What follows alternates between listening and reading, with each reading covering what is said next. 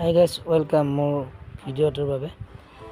আজি গৈ আছোঁ ডক্টৰৰ ওচৰত, কিন্তু ৰ'ব মোৰ ডক্টৰৰ ওচৰত নহয়, মানে মানুহ ডক্টৰৰ ওচৰত নহয়, মই গৈ আছোঁ মোৰ গাড়ীখনৰ ডক্টৰৰ ওচৰত।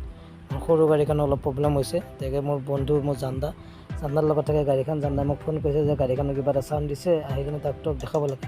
মই ক'লো তেতিয়াহ'লে আহক, মোক পিক আপ কৰি লৈ যাওক। মই গৈ আছোঁ আৰু জানদা আহি আছে মোক পিক আপ কৰিবৰ কাৰণে। জানদা মোক নিবা আহোঁতে মই আহি পালোঁ সাতগড়ৰ পৰা বাগৰবুৰি তিনিআলি, মানে কলাক্ষেত্ৰৰ ওচৰত আহি পালোঁ। এই মাতক জানদা আহি পাইছে, সেইটো জানদা গাড়ীখন ঘূৰাব ওলাই আছে, ছিগনেল দি আছে। তো জানদা আহি পালে এতিয়া যাম আমি ৰুক্মণীগড়, য'ত মানে মোৰ গেৰেজ আমি য'ত কাম কৰোঁ গাড়ী, তালৈ গৈ থাকিম এতিয়া। জানদা আহি পালে মই উঠি কিনে চালো জানদা স্টাডি এক্সিল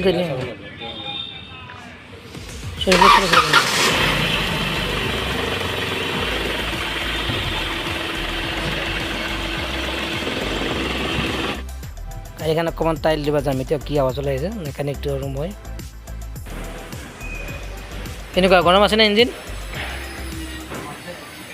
দে খোল বঢ়িয়াকৈ খুলি থাক। দে বলে ঘূৰা। কিবা আৱাজ দিছেনে? একো আৱাজ নাই, একো আৱাজ নাই। এই ৰাইট চাইডতো চাৰি দিলে দান কৰি পেলাই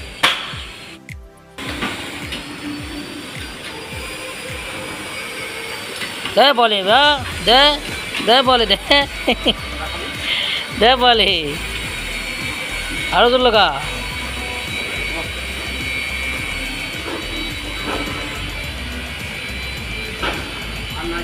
একো নাই, আৱাজটো কিহৰ আহিছে তেতিয়াহ'লে?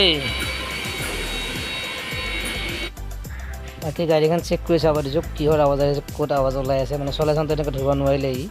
তো গাড়ীখন তলত দেখি চাইলেঞ্চৰ পাইপ আৰু ক'ৰবাত কিবা আছে নেকি চাব দিছোঁ। কি তলত খালি চাইছে চাওক। গাড়ীখন সাধাৰণতে বাজা নাই, এবাৰ খুলি চেক কৰি চাব দিছোঁ কি হৈছে।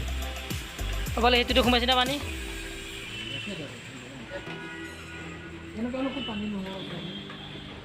এই হৰ্ণ আনিলে এনেকুৱা হৰ্ণ আনিব লাগিব, বেলেগ কি হৰ্ণ আনিবি?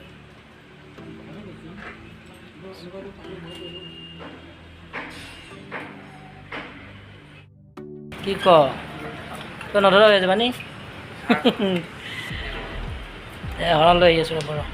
আছে বোলে আজি কেইদিনমান আগতে মানে 5 দিনমান আগত চিট কভাৰকেইটা লগাইছোঁ। লগাই গাড়ীখন চলাব নাপালোঁ, আকৌ প্ৰব্লেম দিলে কিবা এটা। তোকে লৈ আহিছোঁ মেকানিকৰ ওচৰত। হৰণটো পানী পেলাই কিনে চেক কৰিব দিছোঁ হৰণবিলাক। মই হৰণ মাৰিব দিছোঁ আৰু এইবিলাক চেক কৰি আছোঁ। হৰণটো বাজা নাই।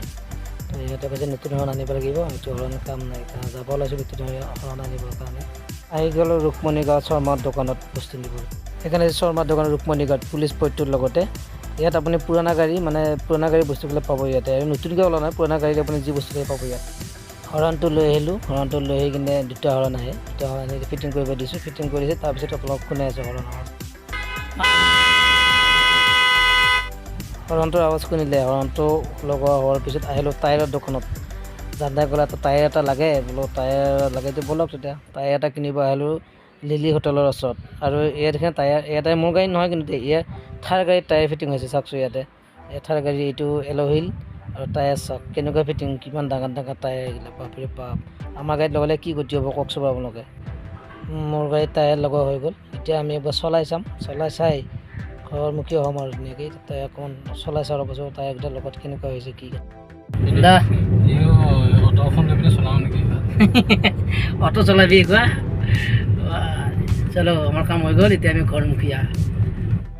6 মাইলৰ ব্ৰিজৰ তলত কল ল'লোঁ আৰু এয়া ঘৰৰ বজাৰ ল'লোঁ RCMৰ মিঠাতেল। আহি পালোঁ ঘৰ, জানদাই থ'লে। আৰু যদি মোৰ ভিডিঅ'টো ভাল পাইছে ছাবস্ক্ৰাইব কৰি দিব, চেনেলটো লাইক কৰি দিব, কমেণ্ট কৰি যাব।